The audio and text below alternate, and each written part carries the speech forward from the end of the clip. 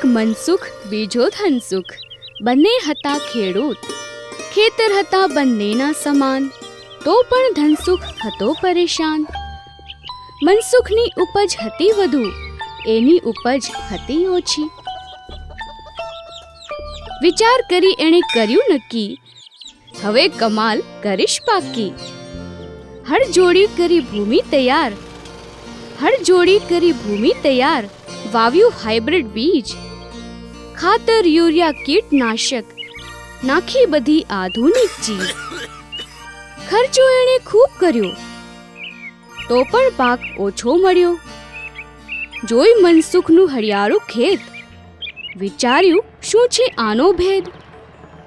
કદાચ જમીનમાં છે અંતર, અથવા છે કોઈ જાદુ મંતર.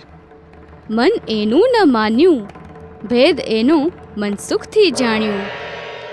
અરે ઓ મનસુખભાઈ, મેં કર્યો લાખ પ્રયત્ન, તો પણ તારા જેવો પાક નથી આવ્યો. હવે મને બતાવો શું છે આનો ભેદ.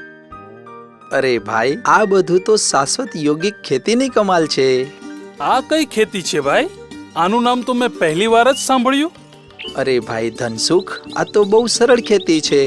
પહેલા અમે ભગવાનની યાદથી બીજને શક્તિશાળી બનાવીએ છીએ, પછી એ બીજને ભગવાનની યાદમાં ધરતીમાં વાવીએ છીએ. પછી ગોબરનું જીવામૃત અને જૈવિક ખાતર નાખીએ છીએ ભાઈ. પછી શું?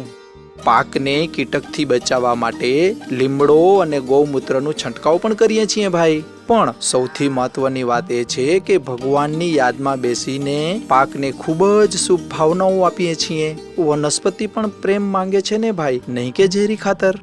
પાગલ થઈ ગયો છે કે શું? How is this possible? અરે મોટા ભાઈ, નથિંગ ઇઝ ઇમ્પોસિબલ. હું એકલો નથી, હજારો ખેડૂત ભાઈઓ છે જે આ રીતે ખેતીના સફળ પ્રયોગ કરી રહ્યા છે. જરા આ ફળ ચાખીને તો જુઓ. અરે વાહ, આવું સ્વાદવાળું ફળ તો મેં મારી આખી જિંદગીમાં નથી ખાધું. હવે તો હું પણ શાશ્વત યોગિક ખેતીને જ અપનાવીશ. ખર્ચો ઓછો, મહેનત પણ ઓછી, અને શુદ્ધ મનથી પાકે શુદ્ધ અન્ન. હું પણ મેડિટેશન કરીશ, હું પણ આવી જ ખેતી કરીશ. નવા યુગ માટે નવી ખેતી, આ છે શાશ્વત યોગિક ખેતી. હવે મનસુખ અને ધનસુખ બંને થયા ખુશહાલ. જીવન પણ સુખી થયું, ખેતર થયા માલામાલ.